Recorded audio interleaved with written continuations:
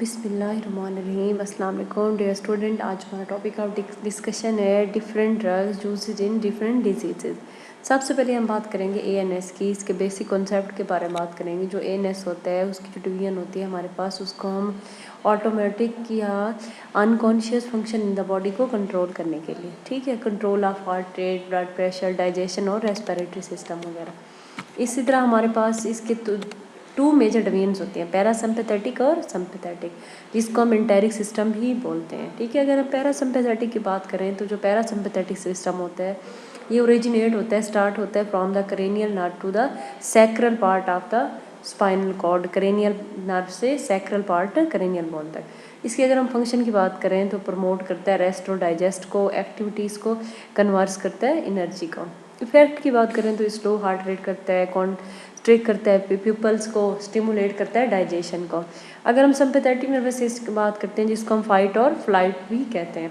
जो पैरासिम्पैथेटिक होता है उसको रेस्ट और डाइजेस्ट, और सिम्पैथेटिक को फाइट और फ्लाइट। एमरजेंसी सिचुएशन में ये अपेयर होता है। ये क्या करता है, इंक्रीज करता है हार्ट रेट को, डायलेट करता है प्यूपल्स को, इनहिबिट करता है डाइजेशन को, रिलीज करता है एड्रेनालिन को, ठीक है।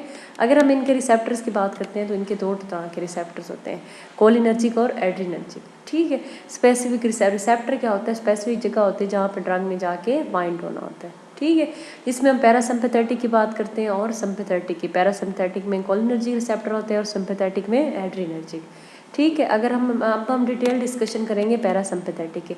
पैरासिम्पैथेटिक सिस्टम में हमारे पास कौन से रिसेप्टर होते हैं, बेसिकली कोलिनर्जिक रिसेप्टर, और ये लोग रिस्पॉन्ड कर रहे होते हैं न्यूरोट्रांसमीटर एसिटाइल कोलिन को।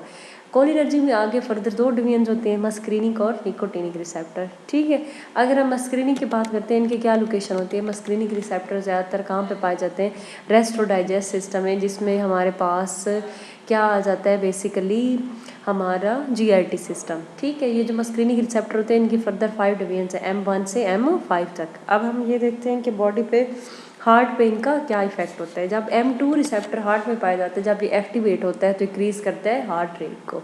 अगर हम स्मूथ मसल की बात करते हैं, वहाँ पे M3 पाए जाते हैं स्मूथ मसल्स में, जीआईटी ट्रैक में, ब्रोंक्यूल्स में और कॉन्ट्रैक्शन में इन्वॉल्व होते हैं। अगर हम ग्लैंड्स की बात करते हैं वहाँ पे भी M3 पाए जाते हैं। ग्लैंड्स में हमारे पास क्या आता है, सलाइवा, टीयर, डाइजेस्टिव फ्लूइड्स वगैरह। अगर हम आई की बात करते हैं वहाँ पे भी M3 पाए जाते हैं। ये हमने क्या पढ़ी, लोकेशन। अगर इसी तरह हम निकोटीनिक की बात करते हैं, निकोटीनिक रिसेप्टर कहाँ पे पाए जाते हैं, प्री गैंग्लियोनिक और पोस्ट गैंग्लियोनिक्स न्यूरॉन्स में, ठीक हो गया। और इनकी अगर हम बात करते हैं रिसेप्टर की, तो ये डिफरेंट जगहों पे पाए जाते हैं। अगर हम इनका इफेक्ट देखें तो ऑटोनॉमिक गैंग्लिया और न्यूरोमस्कुलर जंक्शन में इनकी एक्टिविटीज़ पाई जाती हैं। इस तरह अगर हम सिम्पैथेटिक नर्वस सिस्टम की बात करते हैं, उसमें कौन से रिसेप्टर होते हैं हमारे पास, adrenergic receptor. Adrenergic receptor basically ज़्यादातर कहाँ पे पाए जाते हैं, स्मूथ मसल में और ब्लड वेसल्स में। अगर हम इनके इफेक्ट की बात करते हैं, वेजोकंस्ट्रिक्शन और ब्लड प्रेशर को हाई करते हैं, ठीक है। इसमें अल्फा 2 की अगर हम बात करते हैं तो ये डिफरेंट टिश्यूज़ में पाए जाते हैं इंक्लूडिंग CNS के। बीटा की अगर हम बात करते हैं तो ज़्यादातर ये हार्ट में लोकेटेड होते हैं। बीटा 2 रिसेप्टर क्या होते हैं, smooth muscle of bronchioles, respiratory tract में और ब्लड वेसल में, even till in the liver में। अगर हम बीटा 3 की बात करते हैं, ज़्यादातर ये एडिपोज टिश्यू में पाए जाते हैं, ठीक है।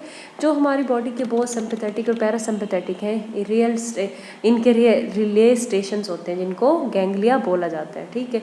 दे आर, ये जो गैंग्लिया होता है लोकेट करता है बिटवीन द CNS और एंड ऑफ द ऑर्गन, जहाँ पे ऑर्गन कंप्लीट हो रहा होता है। ये जैसे कि हमें पिक्चर में दिखाया गया, पैरासिम्पैथेटिक, सिम्पैथेटिक, उनके कार्डिक आउटपुट के बारे में और उनके डिफरेंट फंक्शंस के बारे में, ठीक है।